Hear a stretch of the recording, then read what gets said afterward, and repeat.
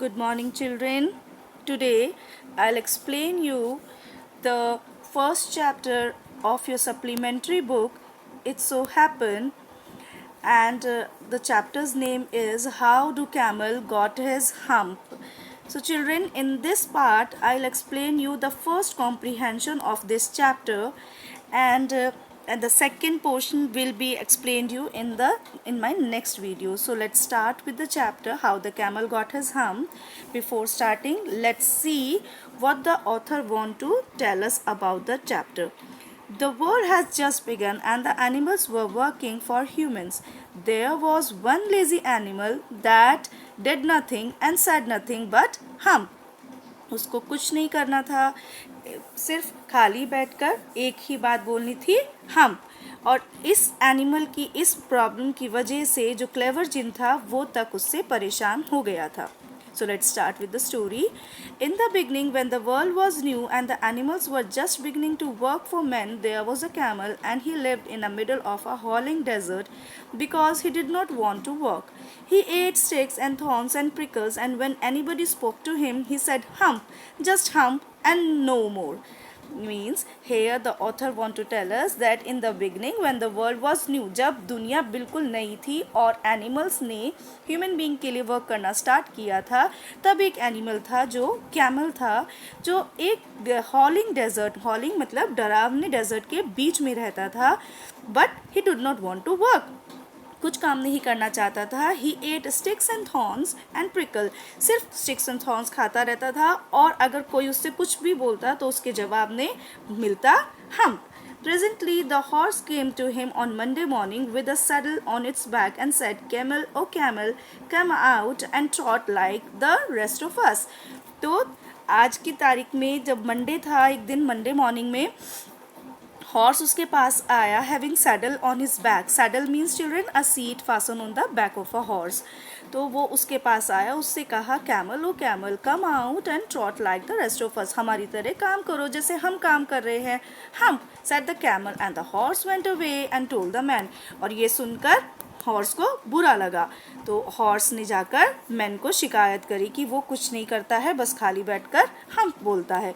Presently the dog came to him with a stick in his mouth and said,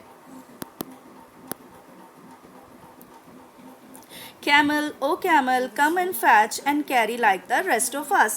Hump, said the camel, and the dog went away and told the man. Presently, same ऐसी तरह से dog के साथ हुआ. Dog भी आया, उसको बोला कि भाई जिस तरह से हम काम करते हैं आप भी काम करो, but he replied him back in the same way, हम.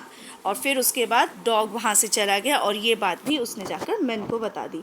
And again, presently the ox came to him with a yoke on his neck and said, Camel, oh camel, come and plow like the rest of us. फिर उसके पास ox आए, ox with a yoke means बेटा a wooden cross piece that is fastened over the neck, जो neck के चारों तरफ बंधा होता है, वो उसके पास आए और उसके कहा कि अरे कैमल ओ कैमल आइए, जैसे मैं खेतों में काम कर रहा हूँ तुम भी मेरे साथ काम करो.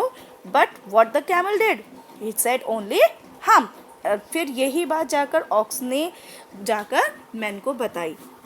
At the end of the day, the man called the horse and the dog and the ox together and said, "Three, I am very sorry for you." ने कहा अरे आप तीनों मेरे पास आओ, मुझे बहुत बुरा लग रहा है आप तीनों की वजह से. But that hump thing in the desert can't work, or he would have been here by now. So I am going to leave him alone, and you must work double time to make up for it. उनका देखो भाई, अब वो जो बैठा हुआ है creature, वो चैप जो कुछ करना नहीं चाहता, अब उसको तो मैं कुछ कह नहीं सकता, तो मैं तो सोच रहा हूँ कि उसको अब छोड़ ही दो, अब उसके हिस्से का काम भी तुम करो, जिससे कि जो काम वो छोड़ देता है वो काम भी पूरा हो जाए. That made the three very angry and then held a panchayat on the edge of a desert. तो उनको तो बहुत ही बुरा लगा तीनों को, अरे ये क्या बात हुई, हम उसके हिस्से का काम क्यों करेंगे. तो उन्होंने तीनों ने डिसाइड किया और एक पंचायत बुलाई at the edge of the desert. And the camel came chewing cud and laughed at them. और फिर कैमल को बुलाया गया, तो कैमल तो आया, बड़ा हंस रहा है उनके ऊपर. chewing cud बेटा पार्शली डाइजेस्टेड फूड, जो थोड़ा उसने खाया था, थोड़ा उसके मुंह में अभी भी था. और उन सबको देखकर वो हंस रहा है. Then he said, and went away again. Presently there came alone the jinn who was in charge of all deserts, rolling in a cloud of dust. जो पूरे डेजर्ट का इंचार्ज था एकदम अचानक से वहाँ पे प्रकट हो गया. अब वो जब जिन वहाँ पर आ गए तो जितने भी जो एनिमल्स वहाँ मैन के पास खड़े हुए थे वो सब जिन के पास पहुँच गए, जिनसे कहने लगे. Jinn of all desert said the horse, is it right for anyone to be idle. तो हॉर्स ने जिन से कहा कि क्या ये सही है कि कोई इंसान हर समय खाला बैठा, कोई इंसान या जानवर हर समय खाली बैठा रहे. सर्टेनली नॉट सेड द जिन. जिन ने कहा अरे नहीं, बिल्कुल नहीं, ये तो बिल्कुल गलत बात है.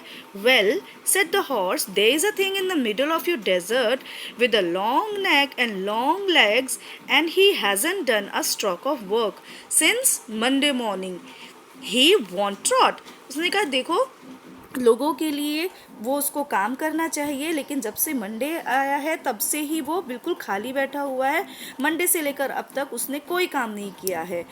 तो जैसे ही जिन ने उन्होंने सुना कि long neck and long legs, तो उन्होंने कहा you said the djinn whistling, that's my camel. अरे वो तो मेरा कैमल है. What does he say about it. उसने कहा अरे ये तो मेरा कैमल है. उसने क्या कहा जब आप लोगों ने उसको काम करने के लिए कहा. तो he says and he won't blow said the ox. तो ऑक्स ने बड़े गुस्से से जवाब दिया. तो ऑक्स ने कहा अरे वो क्या कहेगा, वो तो सिर्फ एक ही बात कहता है हम, और कुछ नहीं, और कहता है कि मैं कोई काम नहीं करूँगा. वेरी गुड said the जिन. जिन को बड़ा अच्छा लगा, बड़े खुश हुए जिन. I'll hump him if you will kindly wait a minute. तो जिन ने कहा ठीक है, कोई बात नहीं, वो हम्प ही करता है ना, कोई बात नहीं, मैं उसको हम्प ही कर दूंगा, और अगर आप सब 1 मिनट के लिए रुक जाओ तो.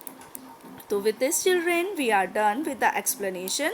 In the next part, in the next comprehension of this chapter, I'll tell you what the jinn did with the camel. जिन ने कैमल को क्या सज़ा दी, जिन ने कैमल के साथ क्या किया, और उन सब एनिमल्स के साथ कैसे न्याय हुआ.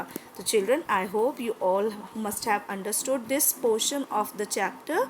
And children, you please do your work on time. I'll send you the question answer related to this comprehension on the next day. Thank you. Have a nice day.